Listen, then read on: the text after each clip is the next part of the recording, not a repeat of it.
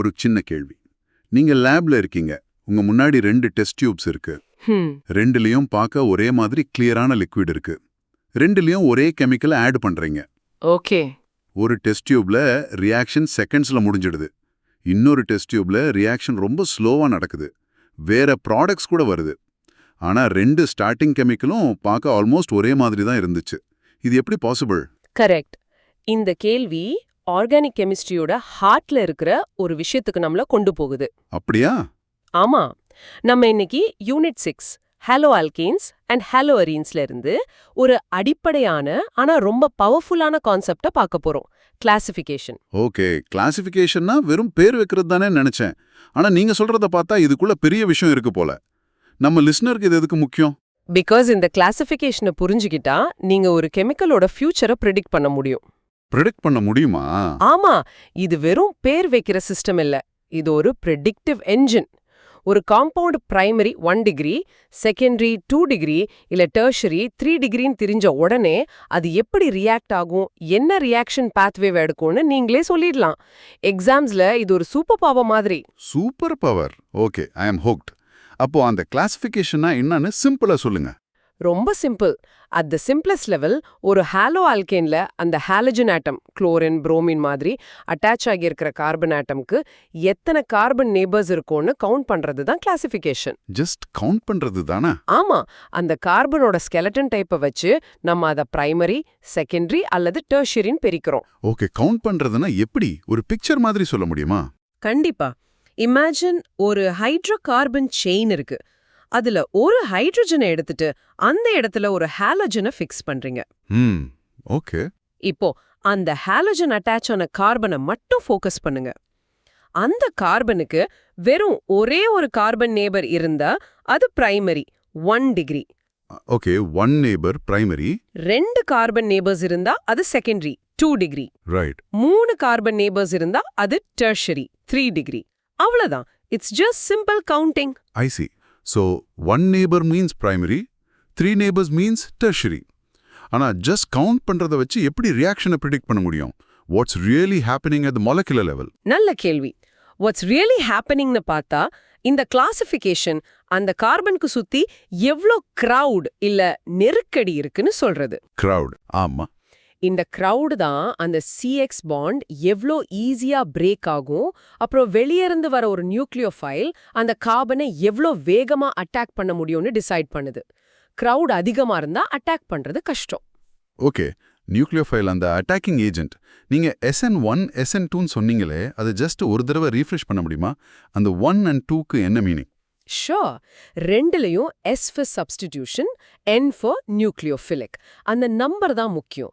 SN2ல 2 stands for bimolecular. Bimolecular. அப்படின்னா அந்த ரியாக்ஷனோட main ஸ்டெப்ல 2 மாலிக்யூல்ஸ் ஒன்னா இன்வால்வ் ஆகும். நம்ம ஹாலோ ஆல்கேன் அண்ட் அந்த அட்டாக் பண்ற நியூக்ளியோஃபைல் ரெண்டும் ஒரே நேரத்துல இடிப்பது மாதிரி. ஓகே. SN1ல 1 stands for unimolecular. அப்படின்னா அந்த மெயின் ஸ்டெப்ல ஒரே ஒரு மாலிக்யூல் தான் இன்வால்வ் ஆகும். நம்ம ஹாலோ ஆல்கேன் தானாவே உடையும். அதுக்கப்புறம் தான் நியூக்ளியோஃபைல் வரும். Perfect clarity. ஸோ அந்த கிரவுட் கான்செப்டை வச்சு எனக்கு எக்ஸாம்ல எழுதுறதுக்கு ஒரு ஆங்கர் டெஃபினிஷன் கொடுங்க. கண்டிப்பா. சொல்ல போனா ஒரு பிரைமரி 1 டிகிரி ஹாலோ ஆல்கேன்ல ஹாலோஜன் அட்டாச் ஆயிருக்கிற கார்பனுக்கு ஒரே ஒரு கார்பன் நேபர் மட்டும்தான் இருக்கும். ஓகே. ஒரு செகண்டரி 2 டிகிரி ஹாலோ ஆல்கேன்ல அந்த கார்பனுக்கு 2 கார்பன் நேபர்ஸ் இருக்கும். அப்புறம் ஒரு டெர்ஷரி 3 டிகிரி ஹாலோ ஆல்கேன்ல அந்த கார்பனுக்கு 3 கார்பன் நேபர்ஸ் இருக்கும். இதை ஞாபகம் வச்சுக்கோங்க. Got it. ஆனா இங்க ஏதாவது காமன் கன்ஃபியூஷன் வருமா? ஸ்டூடெண்ட்ஸ் எங்க தப்பு பண்ணுவாங்க? ஒரு காமன் மிஸ் அண்டர்ஸ்டாண்டிங் இருக்கு. ஸ்டூடெண்ட்ஸ் நினைப்பாங்க எல்லா புரோமோ காம்பவுண்ட்ஸும் ஒரே மாதிரி ரியாக்ட் பண்ணும், இல்ல எல்லா குளோரோ காம்பவுண்ட்ஸும் ஒரே மாதிரி ரியாக்ட் பண்ணும்னு. ஆமா, அப்படிதான் தோணும். அப்படி இல்ல. Remember, the carbon type primary, secondary, tertiary தான் ரியாக்ஷன் பாத்வேவை கண்ட்ரோல் பண்ணுது. அந்த ஹாலஜன் டைப் இல்ல. 1 குளோரோப்ரோபேனோ 1 புரோமோப்ரோபேனோ ரெண்டுமே பிரைமரி. ஸோ ரெண்டுமே ஒரே மாதிரி தான் ரியாக்ட் பண்ண ட்ரை பண்ணும். இந்த கிரவுட் நெருக்கடி கான்செப்ட் கொஞ்சம் அப்டிராக்டா இருக்கு. இதை புரிஞ்சுக்கிறதுக்கு ஏதாவது நல்ல அனாலஜி இருக்கா? சூப்பரான அனாலஜி இருக்கு. இந்த ஹோல் ப்ராசஸையும் ஒரு டெலிவரி சர்வீஸ் மாதிரி இமேஜின் பண்ணுங்க. Delivery service. ஓகே. வெளியில இருந்து அட்டாக் பண்ற நியூக்ளியோஃபைல் தான் நம்ம டெலிவரி பர்சன். நம்ம ஹாலோ ஆல்கேன்ல இருக்கிற ஹாலஜன் தான் டெலிவர் பண்ண வேண்டிய பேக்கேஜ். ஓ நைஸ். ஓகே. ஸோ அந்த டெலிவரி பர்சன் பேக்கேஜை டெலிவர் பண்ணணும். அப்போ பிரைமரினா என்ன? ஒரு பிரைமரி ஹாலோ ஆல்கேன் ஒரு தனி வீடு, டீடாச்ட் ஹவுஸ் மாதிரி. சுத்தி யாரும் இல்ல, நிறைய ஓபன் ஸ்பேஸ். டெலிவரி பர்சன் ஈஸியா வந்து பின்பக்கம் வந்து கூட பேக்கேஜை கொடுத்துட்டு போயிடுவாங்க. Attack is very easy. ஆ SN2 ரியாக்ஷனுக்கு வழி ஓப்பனா இருக்கு. எக்ஸாக்ட்லி. அப்போ செகண்டரி 2 டிகிரி ஹாலோ ஆல்கின் ஒரு டவுன் ஹவுஸ் மாதிரி இருக்குமா? பக்கத்துல 2 வீடு இருக்கும், கொஞ்சம் crowded பட் ஸ்டில் மேனேஜ் பண்ணிடலான்னு. எக்ஸாக்ட்லி. கொஞ்சம் நெருக்கடி இருக்கும். சோ ரியாக்ஷன் கொஞ்சம் ஸ்லோ ஆகும், பட் டெலிவரி பண்ண முடியும். ஆனா இப்போ நீங்களே சொல்லுங்க, டெர்ஷரி 3 டிகிரி ஹாலோ ஆல்கேன் எப்படி இருக்கும்? I think I got it. அது ஒரு பெரிய அபார்ட்மெண்ட் காம்ப்ளெக்ஸோட சென்டர்ல இருக்கிற வீடு மாதிரி. சுத்தி நிறைய வால்ஸ், செக்யூரிட்டி, மத்த அபார்ட்மெண்ட்ஸ்னு ரொம்ப crowded-ஆ இருக்கும். பெர்ஃபெக்ட். டெலிவரி பர்சனுக்கு உள்ள போறதே பெரிய விஷயம். பெர்ஃபெக்ட்டா சொன்னீங்க. அந்த டெலிவரி பர்சனால அந்த வீட்டையே நெருக்க முடியாது. கெமிஸ்ட்ரியில இதுக்கு பேர் தான் ஸ்டெரிக் கிரவுடிங். Steric crowding. ஆமா, இந்த கிரவுடிங்கால தான் 3 டிகிரி ஹாலோ ஆல்கேன்ஸ்ல SN2 ரியாக்ஷன் நடக்கிறதில்ல. அந்த வழியே பிசிக்கலா பிளாக் ஆயிருக்கு. வோ, அந்த அனாலஜி விஷயத்த ரொம்ப கிளியர் ஆயிடுச்சு. ஆனா அந்த காலத்துல கெமிஸ் எதுக்காக இப்படி ஒரு சிஸ்டமை உருவாக்கணும்? வெறுமனே ரியாக்ஷன்ஸ் செஞ்சு பார்த்திருக்கலாமே. பிகாஸ் ஒவ்வொரு ரியாக்ஷனையும் செஞ்சு பார்க்கறது ரொம்ப time and resource waste. This concept solves a big problem. ரியாக்டிவிட்டியை ப்ரெடிக்ட் பண்றது. ஆ ஹியூஸ் அண்ட் இங்கோல்ட் மாதிரி சயின்டிஸ்ட்ஸ் 1930ஸ்ல இந்த பசில சால்வ் பண்ண ட்ரை பண்ணிட்டு இருந்தாங்க. ஏன் ஒரே மாதிரி இருக்கிற 2 காம்பவுண்ட் வேற வேற மாதிரி ரியாக்ட் பண்ணுதுன்னு யோசிச்சாங்க. ஆமா. அப்போதான் அவங்க ரியலைஸ் பண்ணாங்க, அந்த கார்பனோட நேபர்ஸ் தான் எல்லாத்தையும் கண்ட்ரோல் பண்ணுதுன்னு. இந்த கிளாசிஃபிகேஷன் இல்லனா ஒரு ஹாலோ அல்கேன் SN1ல போகுமா SN2ல போகுமான்னு நம்மளால கெஸ் கூட பண்ண முடியாது. It turned chemistry from pure memorization into a science of prediction. அந்த டெலிவரி சர்வீஸ் அனாலஜி ப்ராசஸ்க்கு சூப்பரா இருந்துச்சு. ஆனா அந்த மாலிக்யூலே நம்ம மனசுல இமேஜின் பண்ணணும்னா அந்த கிரவுடிங் அட்டாமிக் லெவல்ல எப்படி இருக்கும்? ஏதாவது மென்டல் மூவி மாதிரி சொல்ல முடியுமா? Sure. Picture this. சென்டர்ல இருக்கிற ஒரு கார்பன் ஆட்டம் தான் ஒரு பர்சன். ஓகே. அவங்களுக்கு 4 கை, அதாவது பாண்ட்ஸ் இருக்கு. ஓகே.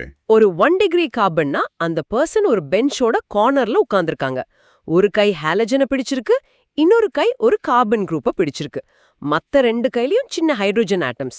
சோ நிறைய ஓபன் ஸ்பேஸ் இருக்கு. நைட். சோ அட்டாக் பண்றது ஈஸி. ஆமா, யார் வேணாலும் ஈஸியா பின்பக்கம் வந்து அந்த ஹாலஜனை தொட முடியும். ஆனா ஒரு 3 டிகிரி கார்பன்னா இப்போ அந்த பர்சனை சுத்தி 3 பெரிய ஆளுங்க மெத்தில் குரூப்ஸ் மாதிரி உட்கார்ந்திருக்காங்க. அந்த ஹாலஜன் அந்த கிரவுடுக்கு நடுல மாட்டிக்கிச்சு. trapped in a carbon cage. Carbon cage. ஆமா, ஒரு நியூக்ளியோஃபைலால அந்த ஹாலோஜனை ரீச் பண்றதே ரொம்ப கஷ்டம். ஓகே. அந்த கார்பன் கேஜ் விஷுவல் ரொம்ப பவர்ஃபுல்லா இருக்கு. இதை நம்ம ரியலா லேப்ல பார்க்க முடியுமா? அந்த இன்ட்ரோல சொன்ன மாதிரி 2 டெஸ்ட் டியூப் எடுத்தா இந்த டிஃபரன்ஸ் தெரியுமா? அப்சல்யூட்லி. இந்த கான்செப்டை நீங்க லேப்லயே பார்க்கலாம். ஃபார் எக்ஸாம்பிள் 1 புரோமோப்ரோபேன் எடுத்துக்கோங்க. இது ஒரு பிரைமரி ஹாலோ ஆல்கேன். ரைட். இத அக்வஸ் KOH ஓட ரியாக்ட் பண்ணா அந்த டெலிவரி பர்சன், அதாவது OH அயன் ஈஸியா அட்டாக் பண்ணிடும். SN2 ரியாக்ஷன் ரொம்ப ஃபாஸ்டா நடக்கும். ரியாக்ஷன் செகண்ட்ஸ்ல முடிஞ்சிடும். ஓகே. அந்த தனி வீடு கேஸ். அப்போ அந்த அபார்ட்மெண்ட் காம்ப்ளெக்ஸ் கேஸ் ஒரு டெர்ஷியரி ஹாலோ ஆல்கேன் எடுத்தா என்ன ஆகும்? கரெக்ட். 2 promo 2 methyl propane. இதுக்கு இன்னொரு பேர் டர்ட் பியூட்டைல் புரோமைடு. இது ஒரு கிளாசிக் 3 டிகிரி ஹாலோ ஆல்கேன். இத அதே KOH ஓட ரியாக்ட் பண்ணா அந்த OH அயனால கார்பனை அட்டாக் பண்ண முடியாது. Steric crowding. ஆமா. சோ SN2 நடக்காது. அப்போ ரியாக்ஷனே நடக்காதா? நடக்கும், ஆனா வேற வழியில SN1 பாத்வேல போகும். இங்கதான் விஷயமே மாறுது. ஃபர்ஸ்ட் அந்த CBr பாண்ட் தானாவே பிரேக் ஆகும். இது ஸ்லோ ஸ்டெப். அந்த பாண்ட் பிரேக் ஆன உடனே அந்த கார்பனுக்கு ஒரு பாசிட்டிவ் சார்ஜ் வந்துடும். இந்த ஸ்பீஷிஸ்க்கு பேர் தான் கார்போகேட்டயான். ஓ ஹோல்ட் ஆன், நீங்க ஒரு புது வேர்ட் சொல்றீங்க. கார்போகேட்டயான்னா என்ன? அது ஏன் இங்க ஃபார்ம் ஆகுது? நல்ல கேள்வி. இத புரிஞ்சுக்கிறது ரொம்ப முக்கியம். அந்த கார்பன் புரோமின் பாண்ட்ல புரோமின் ரொம்ப எலக்ட்ரான் கிரீடி. சோ அந்த பாண்ட் உடையும் போது புரோமின் 2 எலக்ட்ரான்ஸையும் அது கூடவே எடுத்துட்டு போயிடும். பாவம் அந்த கார்பன் அதோட எலக்ட்ரானை துருடு போன மாதிரி ஆயிடுச்சு. சோ இப்ப அந்த கார்பன் கிட்ட எலக்ட்ரான் குறைஞ்சு அதுக்கு ஒரு பாசிட்டிவ் சார்ஜ் வந்துரும். இந்த மாதிரி பாசிட்டிவ்லி சார்ஜ் கார்பன் ஆட்டமுக்கு பேர் தான் கார்போகேட்டயான். ஒரு கேட்டயான்னா பாசிட்டிவ் அயான். சோ கார்போகேட்டயான்னா positive carbon ion. Okay. So the carbon gets robbed of its electron. இந்த கார்போகேட்டையான் ஃபார்ம் ஆன அப்புறம் என்ன ஆகும்? இந்த கார்போகேட்டையான் ஃபார்ம் ஆகிறது தான் SN1 ரியாக்ஷனோட ஃபர்ஸ்ட் அண்ட் ஸ்லோ ஸ்டெப். ஒரு தடவை இந்த கார்போகேட்டையான் ஃபார்ம் ஆயிடுச்சுன்னா இப்போ அது ஃபிளாட்டான ஸ்ட்ரக்சரா இருக்கும். ஓகே. இப்போ அந்த OH மைனஸ் அயான் ஈஸியா வந்து அட்டாக் பண்ணிடலாம். ஸோ ரியாக்ஷன் ஃபாஸ்டா முடிஞ்சிடும். நீங்க லேப்ல என்ன பாப்பீங்கன்னா 1 டிகிரில ரியாக்ஷன் உடனே ஸ்டார்ட் ஆகி ஃபாஸ்டா முடியும். 3 டிகிரில கொஞ்ச நேரம் அமைதியா இருந்து அப்புறம் ரியாக்ஷன் ஃபாஸ்டா நடக்கும். இதுதான் கிளாசிஃபிகேஷனோட power in action. Mind blowing. ஒரு சின்ன ஸ்ட்ரக்சரல் டிஃபரன்ஸ் ரியாக்ஷன் பாத்வேவே மாத்திடுது. இந்த கான்செப்ட் ஏதாவது ரியல் வேர்ல்ட் டெக்னாலஜில யூஸ் ஆகுதா? Oh yes. ஒரு famous example freon CFC12 refrigerant. Oh, ஏசில யூஸ் பண்றது. ஆமா, அது ஒரு கார்பனை சுத்தி 2 குளோரின் அண்ட் 2 ஃப்ளூரின் ஆட்டம்ஸ் இருக்கும். அந்த கார்பனை சுத்தி நிறைய பெரிய ஹாலஜன் ஆட்டம்ஸ் இருக்கிறதால அது ரொம்ப கிரவுடட் அண்ட் கெமிக்கலி இனர்ட்டா இருந்துச்சு. அது யார் கூடயும் ரியாக்ட் பண்ணாது. அந்த இனர்ட்னஸ் தான் அத நல்ல ரெஃப்ரிஜரண்டா ஆக்கிச்சு. கரெக்ட். ஆனா அந்த CFC தான் ஓசோன் லேயருக்கு ப்ராப்ளம்னு படிச்சிருக்கேன். எக்ஸாக்ட்லி. அந்த எக்ஸ்ட்ரீம் ஸ்டெபிலிட்டி தான் ப்ராப்ளம் ஆச்சு. அது அட்மாஸ்பியர்ல அந்த அளவுக்கு ஸ்டேபிளா இருந்ததுனால தான் அது மேல போய் ஓசோன் லேயரை டேமேஜ் பண்ணுச்சு. It shows how classification and structure can have huge real world consequences. நல்லதும் கெட்டதும். ஓகே, எனக்கு இப்போ ஒரு டவுட் வருது. நீங்க சொல்றத வச்சு பார்த்தா 3 டிகிரி ஹாலோ ஆல்கேன்ஸ் ரொம்ப கிரவுடட், ரியாக்ட் பண்றதே கஷ்டம், SN2 நடக்காது. அப்போ ஓவராலா பார்த்தா 3 டிகிரி காம்பவுண்ட்ஸ் தான் லெஸ் ரியாக்டிவா இருக்கணும், கரெக்டா? That's an excellent question. And it's a very common trap students fall into. இந்த SN1 pathwayக்கு, அதாவது இந்த கார்போகேட்யான் வழியா போறதுக்கு அவங்க தான் the most reactive. Wait, what? எப்படி? Because அவங்க ஒரு சூப்பர் ஸ்டேபிள் டெர்ஷரி கார்போகேட்யானை ஃபார்ம் பண்ணும். இந்த கார்போகேட்யான் ஸ்டெபிலிட்டிக்கு ஒரு ஆர்டர் இருக்கு. 3 டிகிரி கார்போகேட்யான், 2 டிகிரி கார்போகேட்யான், 1 டிகிரி கார்போகேட்யான். ஒரு 3 டிகிரி கார்போகேட்யான் ரொம்ப ஸ்டேபிள். ஆனா ஒரு 1 டிகிரி கார்போகேட்யான் அந்த அளவுக்கு அன்ஸ்டேபிள். அது ஃபார்ம் ஆகவே ட்ரை பண்ணாது. ஸோ கரெக்ட் கண்டிஷன்ஸ்ல, for example polar solvents use பண்ணும்போது 3 டிகிரி ஹாலோ ஆல்கேன்ஸ் 1 டிகிரி கம்பவுண்ட்ஸை விட ஃபாஸ்டா கூட ரியாக்ட் பண்ணும். ஆனா வேற வழியில. So classification predicts which mechanism will dominate, not overall reactivity. பர்ஃபெக்ட்டா சொன்னீங்க. இந்த கார்போகேட்யான் ஸ்டெபிலிட்டிக்கு ஏதாவது ஈஸியா ஞாபகம் வச்சுக்கிற வழி இருக்கா? ஏன் 3 டிகிரி ஸ்டேபிளா இருக்கும்? நல்ல கேள்வி. அந்த பாசிட்டிவ்லி சார்ஜ்ட் கார்பனை ஒரு உதவி தேவைப்படுற ஒரு பர்சனா நினைச்சுக்கோங்க. ஓகே. அந்த கார்பன் கூட அட்டாச் ஆயிருக்கிற மத்த carbon groups, alkyl groups, help பண்ற ஃப்ரெண்ட்ஸ் மாதிரி. அவங்க எலக்ட்ரான் டென்சிட்டியை கொஞ்சம் டொனேட் பண்ணி அந்த பாசிட்டிவ் சார்ஜை ஸ்டேபிளைஸ் பண்ணுவாங்க. ஸோ 3 டிகிரி கார்போகேட்டையானுக்கு 3 ஃப்ரெண்ட்ஸ் ஹெல்ப் பண்றாங்க. 1 டிகிரி கார்போகேட்டையானுக்கு ஒரே ஒரு ஃப்ரெண்ட் தான். 3 பேர் ஹெல்ப் பண்றப்போ நீங்க நல்லா ஸ்டேபிளா இருப்பீங்கல்ல, அது மாதிரி தான். பிரில்லியன்ட். ஓகே, அந்த 1 டிகிரி அண்ட் 3 டிகிரி கிளியரா புரிஞ்சிடுச்சு. ஆனா அந்த நடுவுல இருக்கிற செகண்டரி ஹாலோ ஆல்கேன்ஸோட கதை என்ன? அவங்க SN1ல போவாங்களா இல்ல SN2ல போவாங்களா? Aha, the middle child. Secondary haloalkanes தான் கெமிஸ்ட்ரியில பேட்டில் கிரவுண்ட். Battle ground? ஆமா, அவங்க 2 ரியாக்ஷன்லயும் போக முடியும். It's a competition between SN1 and SN2. இந்த கேஸ்ல ரியாக்ஷன் கண்டிஷன்ஸ் தான் வின்னரா டிசைட் பண்ணும். ஓ, அப்படியா? நீங்க ஸ்ட்ராங் நியூக்ளியோஃபைல் யூஸ் பண்ணா SN2 வின் பண்ணும். நீங்க ஒரு போலார் சால்வெண்ட் யூஸ் பண்ணி ஹீட் பண்ணா SN1 வின் பண்ணும். சோ 2 டிகிரி ஹாலோ ஆல்கேன்ஸ் பார்த்தாலே நீங்க உடனே கண்டிஷன்ஸ் என்னன்னு கேட்கணும். Okay, so 1 degree is SN2 territory, 3 degrees is SN1 territory, and 2 degrees is the battleground. இந்த ஹோல் டிஸ்கஷன்ல இருந்து எக்ஸாம்க்கு தேவையான சில ஃபைனல் கிளாரிட்டி பாயிண்ட்ஸ் எடுத்து சொல்லுங்க. கண்டிப்பா. ஃபர்ஸ்ட் பாயிண்ட், ஒரு கார்பன் பிரைமரியா, செகண்டரியா இல்ல டெர்ஷரியான்னு அதை சுத்தி இருக்கிற எத்தனை கார்பன் ஆட்டம்ஸ் டிசைட் பண்ணுது ஹைட்ரஜன்ஸ் இல்ல. Right, number of carbons. Second, 3 degree ஹாலோ ஆல்கேன்ல SN2 ஏன் நடக்காது? பிகாஸ் அந்த நியூக்ளியோஃபைல் CX பாண்டோட ரியர் சைட்ல, அதாவது பின்பக்கமா தான் அட்டாக் பண்ணணும். ஆனா 3 டிகிரில அந்த ரியர் சைடு 3 பெரிய கார்பன் குரூப்ஸால பிளாக் ஆயிருக்கும். அதுதான் steric crowding. Got it. The carbon cage.